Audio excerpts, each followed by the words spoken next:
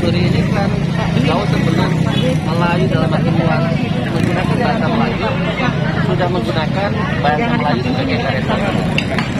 Itu kita memahami bahwa bahasa Melayu adalah pangkal dari bahasa Indonesia pada persatuan. Nah dari titik itulah sebenarnya kami hari ini untuk menyampaikan kabar kepada seluruh bangsa Indonesia bahwa di sini di abad 16 bahasa Melayu itu sudah digunakan yang merupakan cikal bakal bahasa Indonesia, bahasa persatuan itu saja kalau dari kami dari pusat ya. Karena penelitiannya Pak Marianto, monggo. Terima kasih. Kami melakukan penelitian ini sejak tahun 2001. Karena barangkali tadi ada tertulis 2021, artinya salah ketik 2001, 2 tahun yang lalu. Dan kami melakukan kolaborasi kerjasama dengan berbagai pihak. Dan 2 tahun terakhir ini kami kembali pertemuan ini dan ternyata karena disampaikan oleh Bapak Muhammad Abdul Hassani dalam pembinaan bahasa Indonesia itu berasal dari 5 kerangka. Bahasa perhubungan, bahasa perdagangan, dan tidak hanya bahasa perdagangan, tapi juga menjadi bahasa ilmu pengetahuan.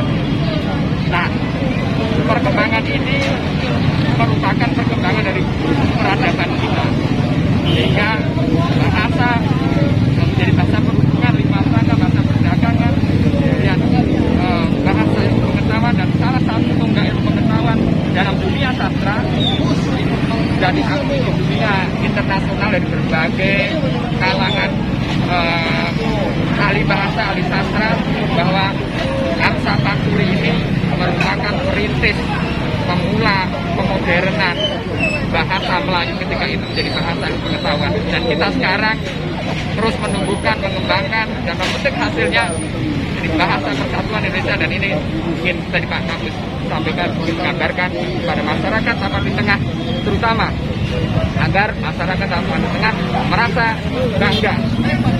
Nah, kebanggaan itu terus menumbuhkan, tadi juga disampaikan oleh Pak Bupati, agar lahir generasi-generasi berikutnya yang mampu membawa bahasa Indonesia menjadi bahasa ilmu pengetahuan di tingkat dunia internasional. Saya kira itu Pak Kapus ya. Barangkali ada apa dari Sulawesi Utara, ada dari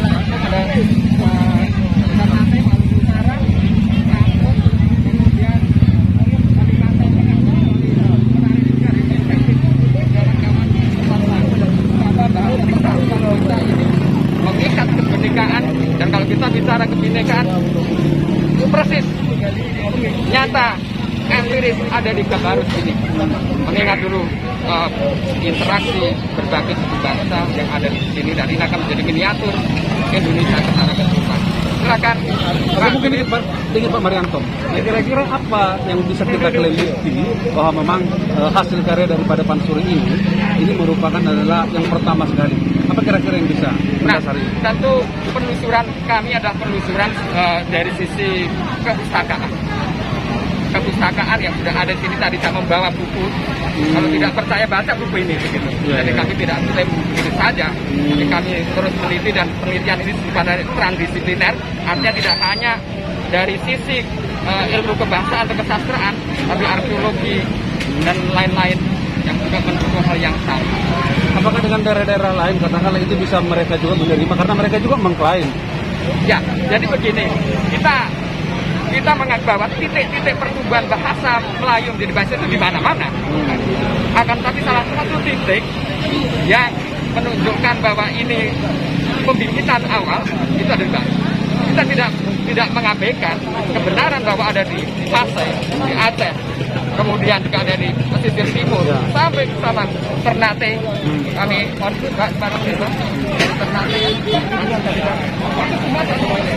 pertumbuhan bahasa persatuan dari bahasa Melayu. Akan tetapi pembibitan awal kita bisa lihat di sini dengan adanya Pansuri ini melahirkan karya-karya yang luar biasa dari akui oleh dunia internasional bahwa dialah perintis kemodernan bahasa Melayu ketika ini.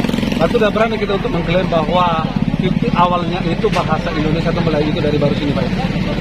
Mohon maaf, bukan Melayu dari Barus, bukan ya? Bukan ya. Basisir ya bahasa Indonesia yang dulu dari bibit-bibit kebahasaan dari 5 kerangka tadi itu kemudian tumbuh menjadi bahasa Indonesia, dan bangsa Pansuri ini salah satu pertama yang menggunakan bahasa Melayu kita itu jadi bahasa ilmu pengetahuan hingga ketika ya silakan, tidak ada apa-apa. Silakan Ibu.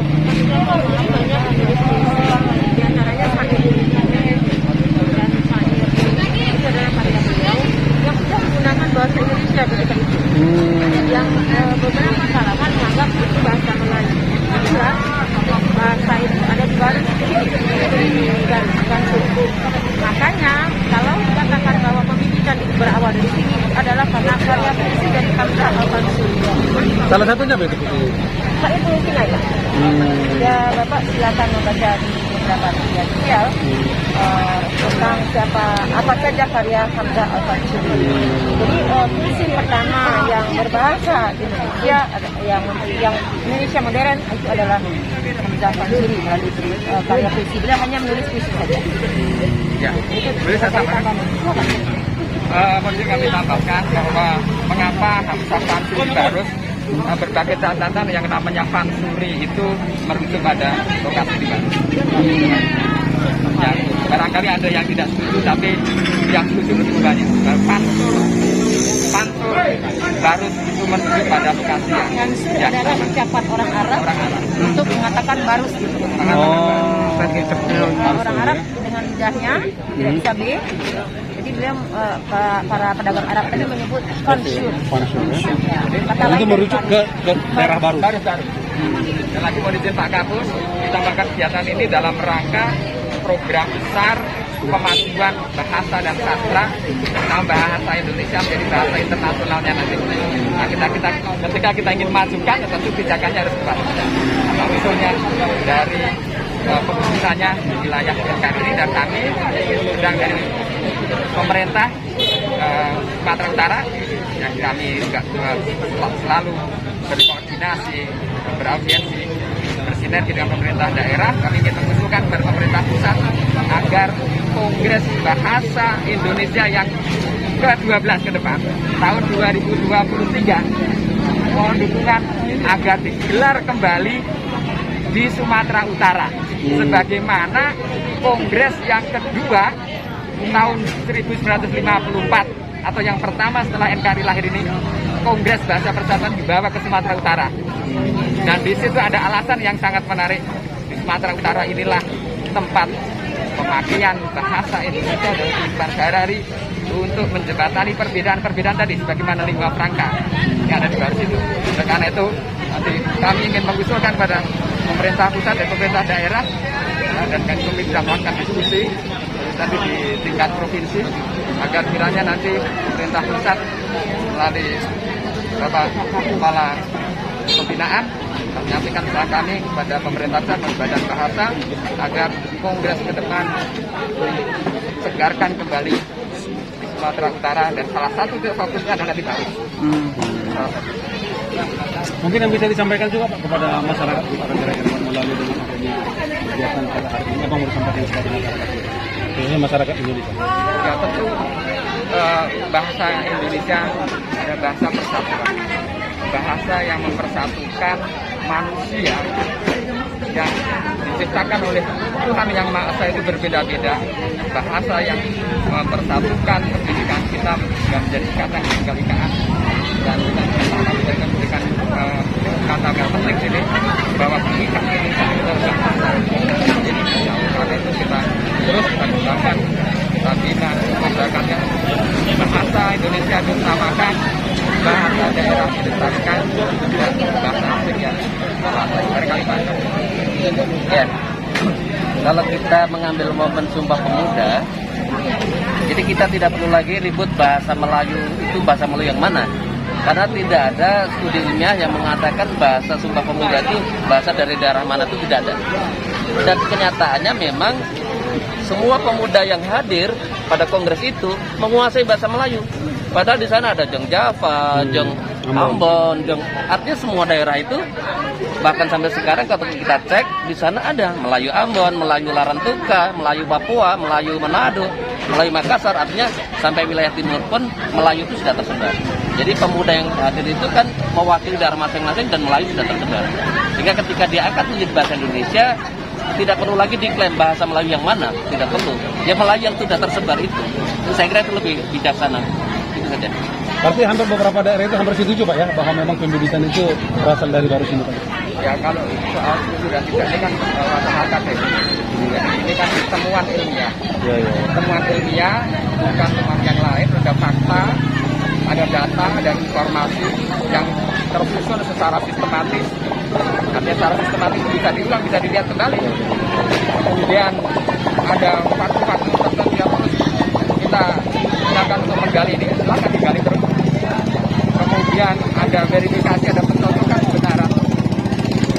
Dan ini sebagai sesuatu yang dalam rangka mengembangkan ilmu pengetahuan kita, ilmu pengetahuan mengenai bahasa persatuan Indonesia. Memang tidak bisa menyebar seluruh NKRI ini, tapi di sini ada hal-hal pengetahuan yang perlu diketahui di mana pembibitan awal bagi lima rangka yang terus berkembang jadi bahasa pengetahuan tadi.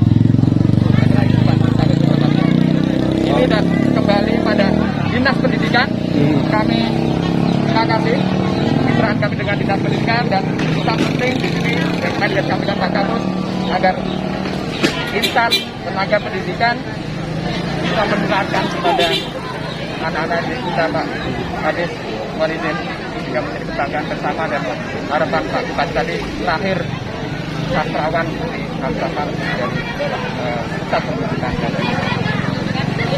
Pak Kadis, apa kira-kira Pak? Ya, baik, terima kasih. Tentunya kami dari Dinas Pendidikan Kabupaten Tabul Utara tentunya kami sangat mendukung dari program dari pariwisata ini tentang pendidikan bahasa Indonesia di Kabupaten Garut. Kami dari Dinas Pendidikan tentunya akan menindaklanjuti ini dengan menyampaikan kepada seluruh guru kami setapan tengah, terutama guru bahasa Indonesia untuk menyampaikan ini dan harapan kami kepada siswa kita kiranya dapat terus belajar dan menjadi banyaknya terlahir sastrawan yang baru dari Kabupaten Tabul Tengah untuk melanjutkan nama baik dari Hamzah Al-Pansuri. Saya kira itu. Terima kasih Pak Kadis. Terima kasih. Oke, terima kasih. Mau diceritakan Siap. yang positif jadi ini Ya. bukan untuk kontroversi. Karena memang diilmiahkan makanya kita berani Bang. Lama juga penyidikan.